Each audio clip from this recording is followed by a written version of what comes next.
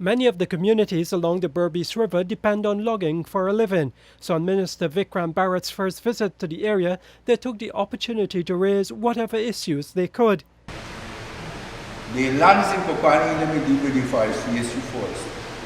We labored and cut roads to the areas in Kopani, and we would never ever expect that forestry would send us to the SQ and give us a concession. Now we labored and cut roads to the lands in Kopani, and lo and behold, not a patch of those lands given out in this area was given to the association. That's a raw deal. If some loggers don't have a tractor to take in the officers to the back dam to do the inspection that must be done, it's like they got to pay $25,000 for the high ridge. But if forestry provides a bike for the officer here on the ground, with outposts, it would be much easier on loggers, right? Because the expense would be cut, slash. Next, we would like to talk on the buyers. They buy our produce, yes. Some buy on the road, some buy out on the road. You have to pay the loading cost, the trucking, and stuff like that. But when you get there now, if you put like maybe 28 cubic meter on a truck, something you just get paid for 20, something 14. Now, we cannot go and bad up because first thing they don't want to buy from we no more. So you see the point? So to get the little market and at least get puppy out of ash, use not much royalty you receive. So by the time you pay them, you won't have enough money to pay on acreage fee. Right now it's like, you're on a standstill, you have to borrow money from somewhere, try to pay the acreage fee, then you have to give back to work. So I don't know if Mr. Agard is here, and I'm happy he's here, that's why I bring up this matter. So through the minister and with Mr. Agard, they could do something and help me.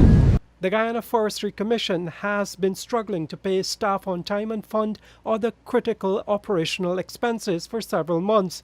The government was last week forced to provide $300 million to meet critical expenses, such as salaries. Minister Bharat said the government will seek to turn around the way the sector is managed. We are in a state now where we're preparing the budget for 2020, and we are not in a strong financial position. And that is no secret.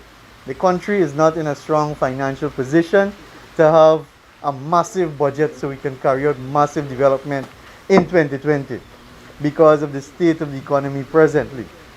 Because you would recognize that most of the sectors are not making money. Right? Bauxite definitely is not. Forestry is struggling. The agriculture sector in terms of rice, sugar, even the fishery sector, they are all suffering. So there's a lot of work for us to do. There's a lot of work for us to do to ensure that we build back these sectors. And that is what we intend to do. There have been a lot of talks about oil and gas, and that the government will forget about the traditional sectors and that we will only focus on oil and gas now. Well, rest assured, that is not the policy of the PUPC administration. We intend to develop every single sector. As a matter of fact, we will ensure that every single sector, we work with them to ensure we put them back to where they're supposed to be or where they should be. Minister Bharat noted that the forestry sector supports thousands of jobs, and it is the government's interest to ensure the fortunes of the industry are reversed. Oil and gas was supposed to be the icing on the cake, not the cake. Because we have gold, we have diamond, we have timber, we have sugar, we have rice. We have so many resources other than oil and gas. So rest assured, we will not forsake the traditional sectors. We are going to work to ensure we put back the forestry sector on its feet. We are going to work to ensure we strengthen the mining sector and put some systems in place so that there is equality and people benefit, Guyanese benefit from our resources. We are going to ensure that we work with you to have our bauxite industry thriving again. But as you know, bauxite was an industry that used to sustain this country at one period of time.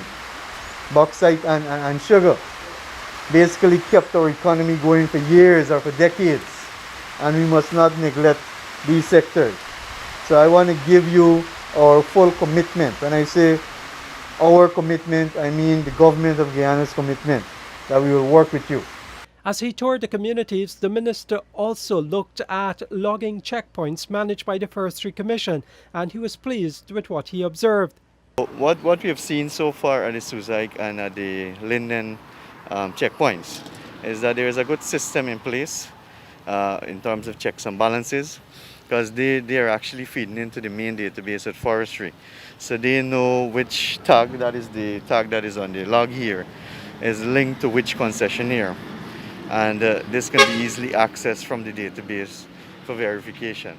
The Forestry Commission was pleased that the minister took time to inspect his operations. This is important for policy and decision makers to have an operational and on-the-ground feel of the realities that the officers face and the operators in the sector endure. Minister Barrett said his ministry will explore measures to have a representative of the Small Logging Association sit on the Forestry Commission's board. However, in the interim, the way has been cleared for the representative to be able to communicate with the board and the management of the Forestry Commission. For the newsroom, Neil Marks reporting.